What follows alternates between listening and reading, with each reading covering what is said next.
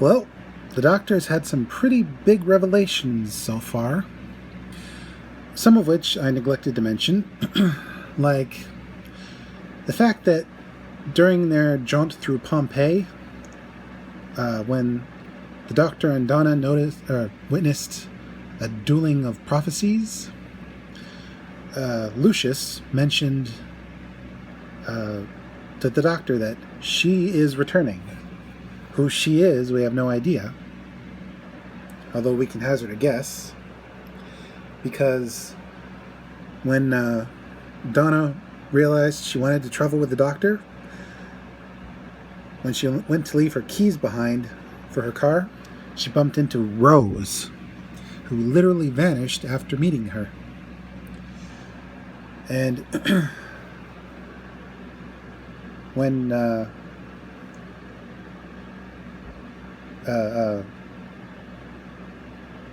Lucius talks to Donna, he mentions there's something on her back. But as far as we know, it's just the clothes on her back.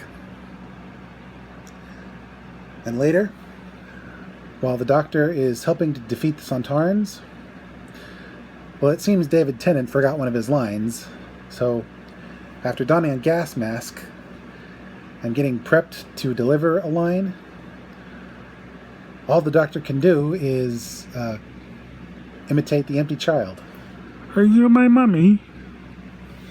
And luckily, the guy playing the unit bigwig just went with it.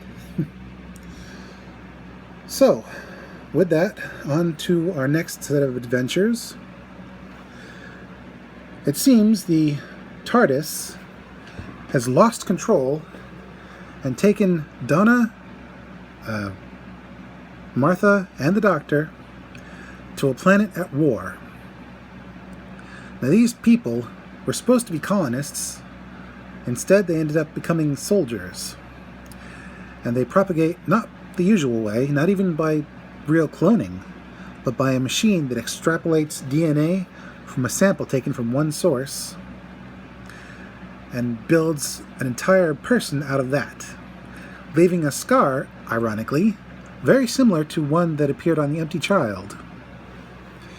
The Doctor gets processed, and we meet Jenny, the perky, blonde, trigger-happy soldier who happens to be the Doctor's daughter, complete with 2 hearts. Now, this has possibilities. The Doctor could use a machine like this to restore the Time Lords, to a degree at least. But unfortunately, we never get that far because the humans on this planet are fighting a war with fishmen called the Hath, who also have their own propagation machines. Unfortunately, the Doctor and Donna and Jenny get separated from Donna, who sort of makes peace with the Hath after fixing the broken shoulder of one of them, or should I say dislocated shoulder, and naming the guy she helped Peg. And eventually, she ends up at the Hath camp, and the Doctor and Donna and Jenny end up at the human camp. And the general leading the humans, a guy named Cobb, he refuses to accept the possibility of peace with the Hath. See, they're all looking for something in this underground facility called the Source. And the humans and Hath won't stop fighting until one of them claims it and exterminates the other half. Sound familiar?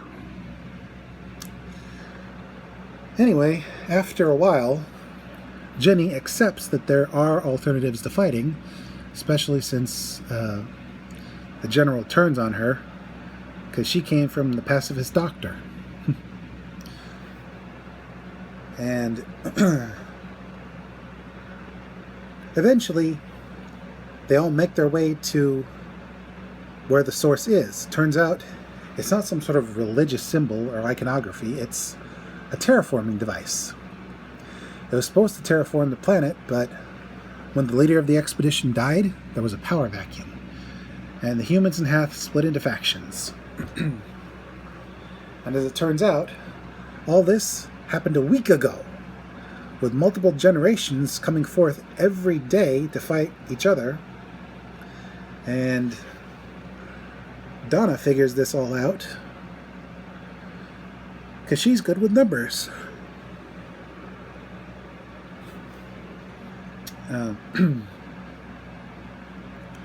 Meanwhile, Martha decides to do something bold and travel across the surface of the planet, which is barely hospitable to life, along with Peg, which has dire consequences because Martha slips, falls into some quicksand-like substance, basically a bog, and Peg gives his life to save her, which kind of leaves her somewhat devastated. But eventually they all meet up, and the Doctor declares that the war is over because he activates a terraforming device which starts giving life to the inhospitable world. Unfortunately, General Cobb is a right prat who tries to shoot the Doctor, but Jenny takes the shot for him, or takes the bullet for him, but she fails to regenerate. And this cheeses off the Doctor something fierce.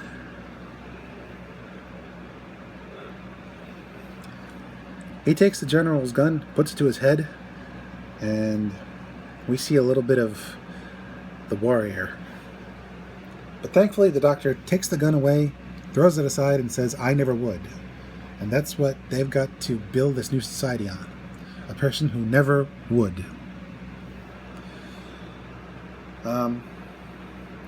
So it's a bittersweet moment as the Doctor, Donna, and Martha leave in the TARDIS for parts unknown, with Martha finally going home to see her fiancé. Turns out she accepted a proposal from Dr. Lucifer, who she didn't actually meet in the do-over. She just called him to make sure he was okay. But eventually I guess they met up. That must have been awkward. "Hi, I saw you die in another timeline." Anyway. But the thing is, we go back to that world, and as the humans in Hath prepare for Jenny's memorial, she belches up some Artron energy, that's what the Doctor is basically made of, and wakes up and decides she's going to do some traveling of her own. So she swipes a small spaceship and blasts away for parts unknown in Big Finish audio plays and comic books and regular novels and the like. So then the Doctor and Donna land in the 1920s, I believe,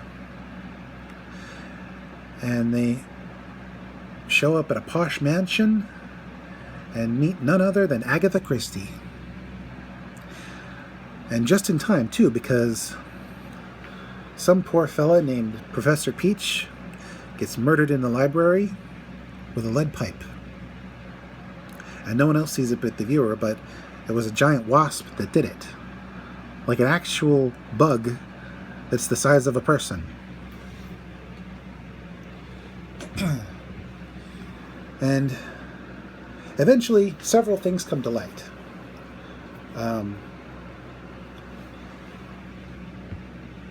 The wheelchair-bound master of the house, who lost the use of his legs in 1918 thanks to the flu. Well, turns out he wasn't actually paralyzed. He was using that to keep getting sympathy from his wife, who 40 years prior was stricken with malaria after a trip to India, and spent 6 months in a single room with no one but her faithful Indian servant lady to tend to her.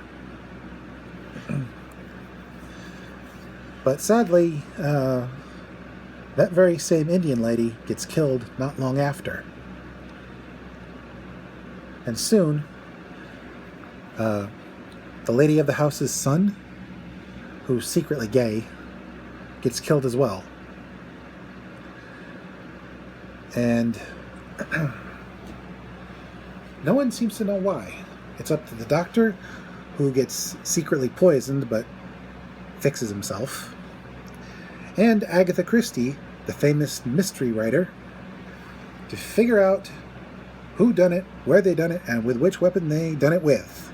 Classic clue game.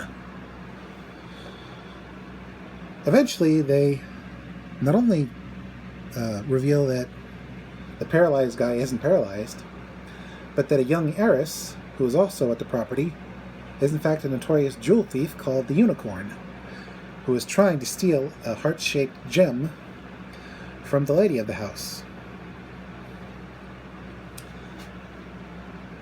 But, as it turns out, that gem is no ordinary gem. It's an alien device, and turns out the lady of the house didn't get malaria. She got pregnant. And the baby daddy? He was a wasp from space that could take human form. And he knocked her up, gave her the gem, and was promptly drowned in a flood. And since they never got married, she had to give the baby up for adoption. And, shock of shocks, the baby grew to adulthood and became a priest. And that priest got the memories of his father mixed in with the plot of a murder mystery that his mom was reading at the time, while he was trying to defend his church from a couple of hooligans who were trying to rob the place. It turns out he was the murderer all along. He killed Professor Peach, he killed the Indian lady, he killed his brother, well, half-brother, and he poisoned the doctor. But when he was revealed, he revealed that the gem jump-started his memory. But unfortunately, thanks to the thoughts of the murder mystery inside his mom's head, she ended up causing a corruption which turned him into a killer. Otherwise, he would have been very peaceful. So, before he could kill anyone else, Agatha takes the gem, jumps into a classic roadster that kind of looks like it might be Bessie in the future, and leaves. Funny thing is, earlier on, the doctor realized that the current date was the date Agatha Christie went missing, turning up not too long after at a hotel with no memory, with her car being left by a lake. And this is when that happens. She takes the gem to a lake, and because it's technically connected to her through her books, when she throws it in the lake to get the wasp to chase after it and drown itself, she starts dying along with him. But in his last gasp of breath before he drowns, he severs the connection and lets her live. So, the doctor and Donna take her to the hotel and leave her to play out her history. Funny thing is, some of the experience managed to bleed through into her memory, because she did write a novel about a wasp. And the Doctor's copy is from the year 5 billion. So that's proof positive that people still consider her work relevant, even though at the time she didn't. That was a pretty decent story. Then, since we're talking about books, the Doctor takes Donna to a massive planet-sized library. Just think how big the adult section is. I'm just kidding. The problem is, there's literally no one there. And they get these cryptic messages from these basically living signposts that have people's donated faces on them and consciousnesses. And it seems something attacked the library 100 years ago. And over 4,000 people were saved, but there were no survivors. What do you make of that? Eventually, some archaeologists show up, led by one Dr. Riversong, or Professor Riversong. I don't remember. I think it was Doctor. And she seems to know our Doctor, like intimately, like they're a couple. But he's never seen her before in his life, any of his lives. So it seems she's from his future. And eventually, they find out that the shadows are dangerous, because they house creatures called Vashta Nerada. It seems these are microscopic piranhas that are very widespread. They're even on Earth. You ever wonder what that dust in sunbeams is? That's them. Normally they feed on roadkill, but sometimes when people go into the dark, they don't come out. And that's why so many beings in the universe have an instinctual fear of the dark.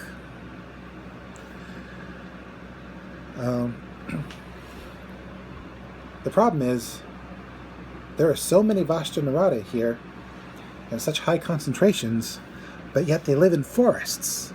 The Doctor can't figure out why. And what's more,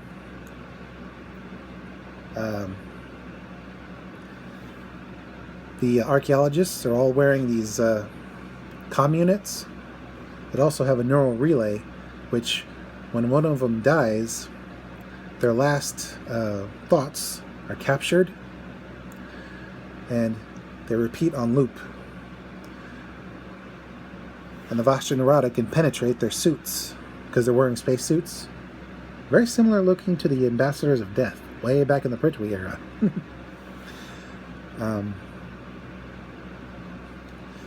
So eventually, there's a small group of skeletons with suits filled with shadows, saying stuff like, "Who turned out the lights?" and "Hurry, Doctor." Meanwhile, the Vashta Nerada are using them as mobile attack units. At some point, they get surrounded. At the same time, there's this subplot with a little girl who's being treated by a Dr. Moon. She seems to be able to see what's going on in the library when she's watching TV and when she closes her eyes. And through her eyes, she's interfacing with a camera that the Doctor and Donna find. Now eventually, Donna, when she gets teleported back to the TARDIS, she somehow gets saved and leaves the library, and yet there's one of those post things with her face on it. It seems she's been teleported to her own little world where she spends time in a mental hospital, meets a guy who stutters, his name is Lee, gets married, has a couple kids, and has just a really lovely little life. Except she seems to notice that there are jump cuts to streamline what's going on. Her lovely life is happening like that. Eventually it's revealed that her consciousness and the consciousness of the other 4,000 plus people are stuck in the library's hard drive, which was built around the consciousness of a little girl related to the co-leader of the River Song expedition, a Mr. Lux. Unfortunately, when the truth gets revealed, the little girl's consciousness has a freak out, which sets off a self-destruct mechanism, and only by purging the people from the system will the Doctor be able to save everyone who's currently still alive. Unfortunately, by using his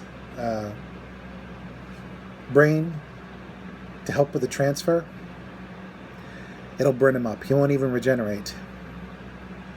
So River, after telling him something in his ear to get him to trust her, well, she knocks him out and handcuffs him to a wall so she can do the transfer.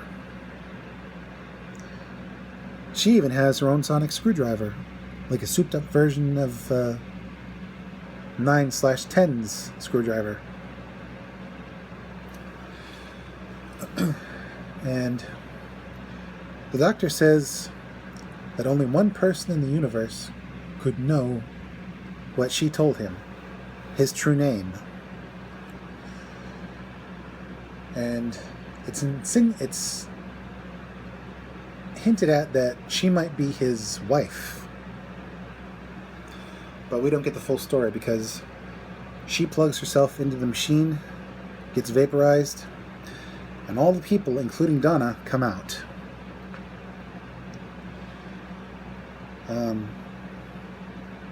Also, Donna has her own little freak out because one of the assistant archaeologists, Miss Evangelista, who's a bit dumb, self-admitted, and who was the first to be killed by the Vashta Nerada, well, it seems her data ghost from her communicator was transferred into the library memory, only it got screwed up. So her face now looks like a Picasso painting, but her IQ has gotten a serious boost. And it was she who revealed to Donna that she was in a shared dream. Even her kids weren't real, they were just copies. And the last thing Donna sees before she's teleported out is her husband trying to say Donna's name but stuttering, because that's how they met. She said hi and he said It's a very cute little meet cute. Of course, when Donna gets teleported out, she can't find him and decides to leave with the Doctor, giving him up for never being real. Only we do see him about to get teleported out. He tries to call to her, but his stutter prevents it before he's teleported away. As for the Vashta Nerada, turns out all those books, well, they used to be trees. And that's where the Vashta Nerada came from. That's why they were in such high concentrations. Yep. Always check your trees before you pulp them for books. So, after threatening the Vostra Narada, since a lot of information from the Doctor is in the library, he tells them to lick him up. Because he gets cheesed off that they're killing the humans that went to investigate this place.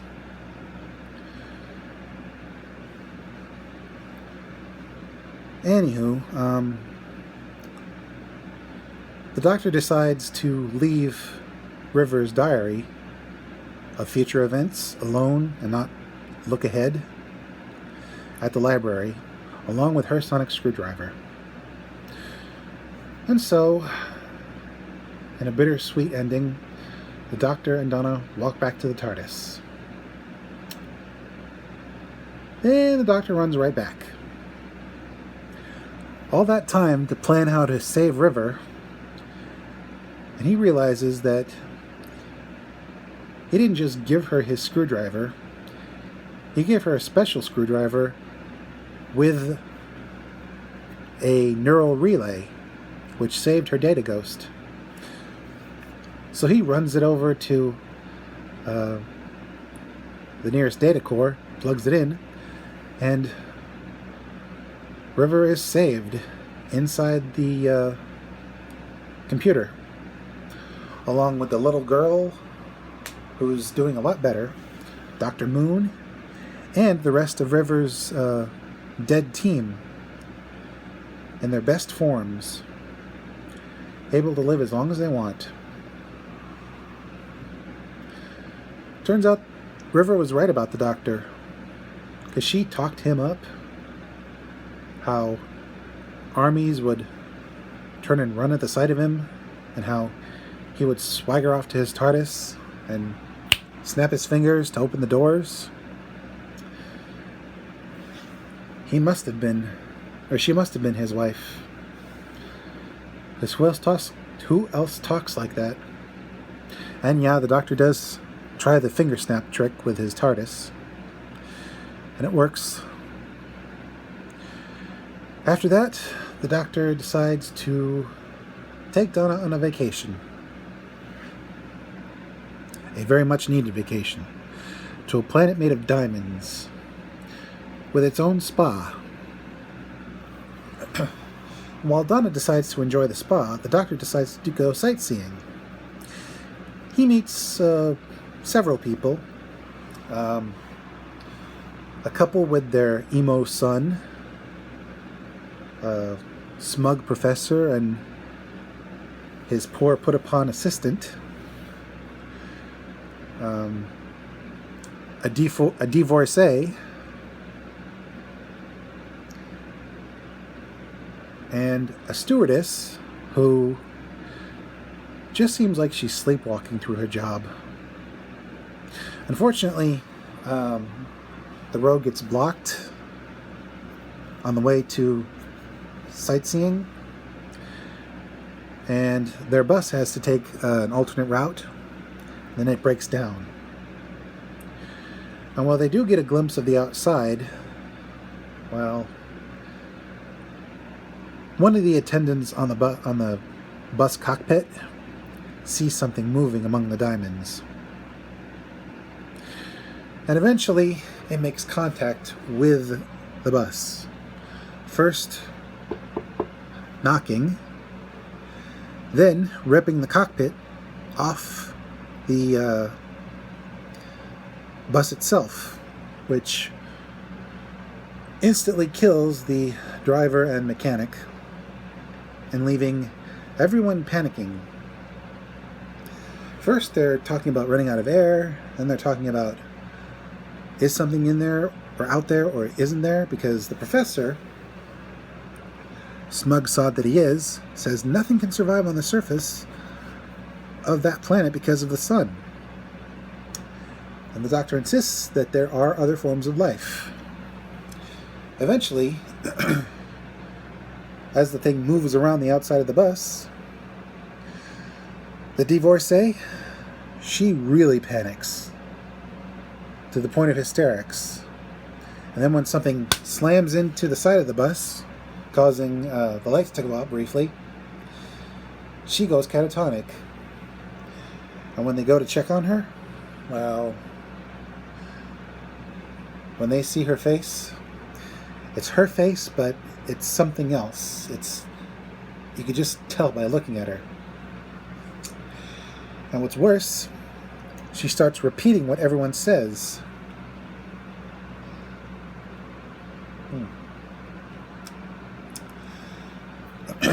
Except when the doctor starts naming out digits of pi. When he gets to the end, she says, "Wow," proving that she's using the people on that bus to learn. Eventually, she talks in perfect sync with everyone. And they're getting more and more worked up. They're thinking about throwing her off the bus, and the doctor is desperate to try and save everyone, her included.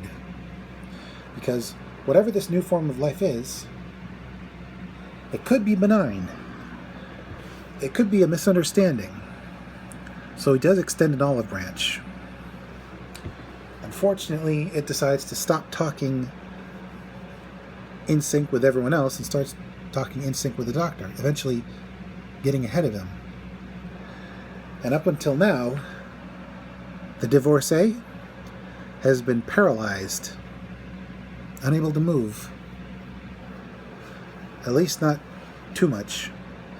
Then she regains the ability to move, and the doctor's paralyzed. It's puppeting him. And through him, it convinces the people to throw him off the bus, because he's reluctant to admit that he's a Time Lord. They probably don't even know what a Time Lord is. And they turn on him like that. Eventually, they start dragging him away from the divorcee and to the airlock, which has an oxygen bubble that lasts a few seconds, long enough for him to be thrown out without them being sucked out. And this time, the doctor doesn't have any clever plan to save himself. Seems this consciousness, whatever it is, has been waiting for warm bodies to take over. And it could potentially spread to others.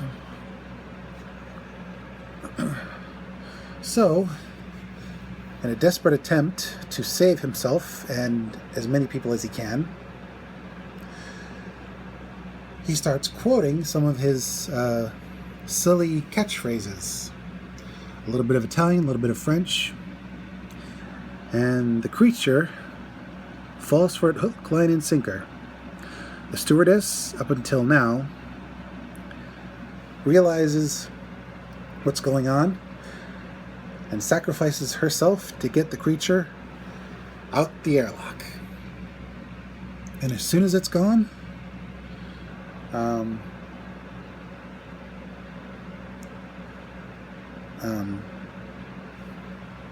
the doctor can move again. He can talk for himself. And everyone starts saying, yeah, it was definitely her the whole time. The divorcee. It's like this entity could have been responsible for the witch trials on Earth. Whatever it is, it feeds on paranoia and discourse. And it nearly got the doctor. So when Donna is trying to console him afterwards at the spa, when she playfully copies him, he's like, please don't do that. And the sad thing is, nobody could remember the stewardess's name. Bit of a downer for this series of adventures, but when next we meet the doctor, his adventures with Donna come to a head, and we face the possible end of time itself. Until then, this is Mr. J signing out and reminding you, When a creature starts imitating you, don't panic, and don't try to throw it out in airlock. Keep your head. And never trust panicked people.